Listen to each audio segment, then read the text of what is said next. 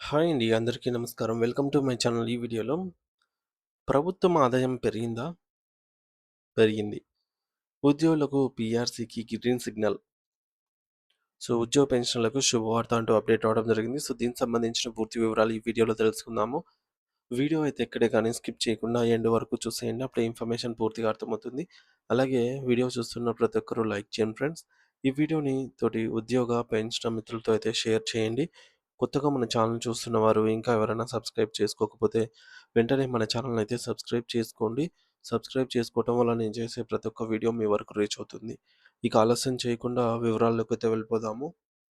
Friends ఇక విషయానికొచ్చినట్లయితే తెలంగాణ రాష్ట్రంలో ప్రస్తుతం ప్రభుత్వ ఉద్యోగుల వేతనం పీఆర్సీ అంశంపై పెద్ద ఎత్తున చర్చ జరుగుతోంది. దీనికి సంబంధించి ఇటీవల గౌరవ ముఖ్యమంత్రి గారు ఒక కీలక సమావేశంలో మాట్లాడుతూ ప్రభుత్వానికి ఆదాయాన్ని పెంచే మార్గాలను అన్వేషించాలని ఉద్యోగులకు సూచించారు. ముఖ్యంగా ఒకవేళ ప్రభుత్వం పీఆర్సీని అమలు చేయాలనంటే ఉద్యోగులు కూడా తమ వంతు బాధ్యతగా రోజుకు ఒక గంట అదనంగా పనిచేయాలని అయితే ఆయన కోరారు. మరి దీని వెనుక ఉన్న ప్రధాన ఉద్దేశ్యం ఏమిటంటే, పని గంటలు పెరగటం వల్ల ప్రభుత్వ కార్యాలయాల్లో ఉత్పాదకత పెరుగుతుంది అని, తద్వారా ప్రజలకు మెరుగైన సేవలు అందుతాయని ప్రభుత్వం భావిస్తోంది.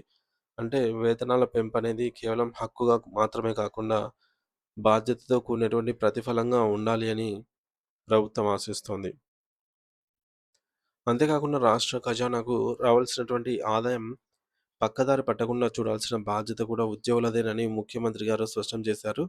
ముఖ్యంగా పన్నులు కట్టకుండా ప్రభుత్వానికి కన్నం వేస్తున్న వారిని పన్ను ఎగవేతలను గుర్తించి వారి నుంచి వసూళ్లు చేసేలాగా చర్యలు తీసుకోవాలని ఆయన ఆదేశించారు.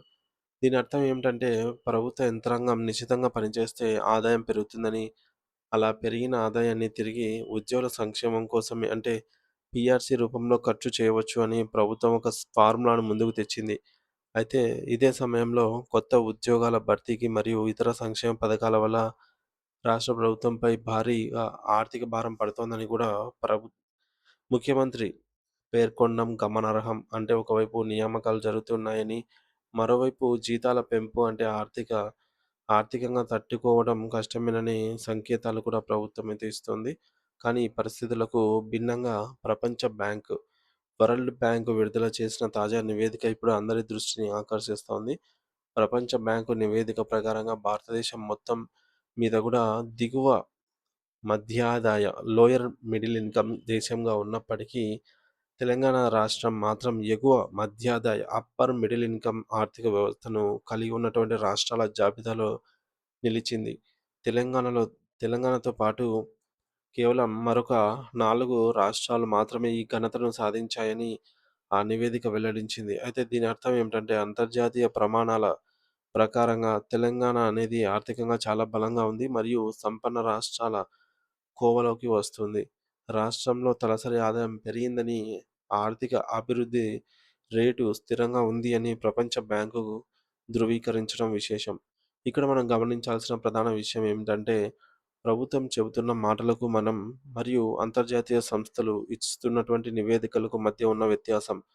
సాధారణంగా బహిరంగ సభల్లో లేదా ఇతర రాష్ట్రాల ముందు మన రాష్ట్రం ఆర్థికంగా ఎంతో పురోగతి సాధించిందని, దేశానికి దిక్సూచిగా మారిందని నాయకులు సగర్వంగా చెప్తూ ఉంటారు. అయితే అదే రాష్ట్రంలో పనిచేస్తున్న ఉద్యోగులకు పెండింగ్‌లో ఉన్నటువంటి డీఏలు లేదా పీఆర్సీ ఇవ్వాల్సి వచ్చినప్పుడు మాత్రము రాష్ట్రం ఆర్థిక లోటులో ఉందని, నిధుల కొరత వేధిస్తోందని చెప్పడం విడ్డూరంగా అయితే ఉంది.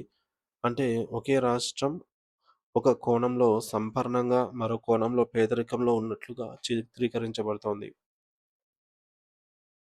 అయితే ప్రపంచ బ్యాంకు వంటి ప్రతిష్టాత్మక సంస్థ తెలంగాణను ఒక ధనిక రాష్ట్రంగా గుర్తించినప్పుడు, ఉద్యోగుల న్యాయబద్ధమైన కోరికలను తీర్చడానికి ఎటువంటి అడ్డంకులు ఉండకూడదు అనే విశ్లేషకుల అభిప్రాయం. దాదాపు 3 సంవత్సరాల నుంచి తెలంగాణలో పీఆర్సీ అమలు కోసం ఉద్యోగులు కళ్ళు కాయలు కాసేలాగా ఎదురు చూస్తూ ఉన్నారు. పెరిగిన ధరలకు అనుగుణంగా జీతభత్యాలు పెరగకపోవడంతో మధ్యతరగతి ఉద్యోగ వర్గాల్లో ఆర్థిక ఇబ్బందులు ఎదుర్కొంటున్నారు. ముఖ్యమంత్రి గారు చెప్పినట్లుగా ఉద్యోగులు తమ బాధ్యతను నిర్వర్తించటానికి సిద్ధంగా ఉన్నప్పటికీ, ప్రభుత్వం కూడా తన వంతుగా తక్షణమే పీఆర్సీని ప్రకటించాల్సిన అవసరం ఉంది. ప్రభుత్వం ఆర్థికంగా బలంగా ఉందని ప్రపంచ బ్యాంకు నివేదిక చెబుతూ ఉన్నప్పుడు, ఇక జాప్యం చేయడంలో అర్థం లేదు. పెండింగ్‌లో ఉన్న అన్ని బకాయిలను, డీఏలను మరియు కొత్త పీఆర్సీని తక్షణమే క్లియర్ చేసి ఉద్యోగుల ముఖాల్లో చిరునవ్వులు నింపాల్సిన బాధ్యత అనేది ప్రభుత్వం పైనే ఉంది అని సగర్వంగా చెప్పవచ్చు. సో, మొత్తానికి ప్రభుత్వ ఆదాయాన్ని పెంచడానికి ఉద్యోగులు రోజుకు ఒక గంట అదనంగా పనిచేయాలని ముఖ్యమంత్రి గారు ప్రతిపాదించారండి. పన్ను ఎగవేతదారులను పట్టుకొని ప్రభుత్వ ఖజానాను నింపే బాధ్యత ఉద్యోగులదేనని ప్రభుత్వం స్పష్టం చేసింది. ప్రపంచ బ్యాంకు నివేదిక ప్రకారంగా తెలంగాణ రాష్ట్రం ఎగువ మధ్యాదాయ అప్పర్ మిడిల్ ఇన్‌కమ్ కలిగి ఉన్నటువంటి సంపన్న రాష్ట్రంగా అయితే గుర్తించబడింది. భారతదేశమే దిగువ మధ్యాదాయ దేశంగా ఉన్నా సరే, తెలంగాణ మాత్రం టాప్ 5 సంపన్న రాష్ట్రాల్లో ఒకటిగా నిలిచింది. దాదాపుగా 3 సంవత్సరాలుగా పెండింగ్‌లో ఉన్నటువంటి పీఆర్సీ మరియు టీఏ బకాయిలను వెంటనే చెల్లించాలని ఉద్యోగ సంఘాలైతే కోరుతూ ఉన్నాయి.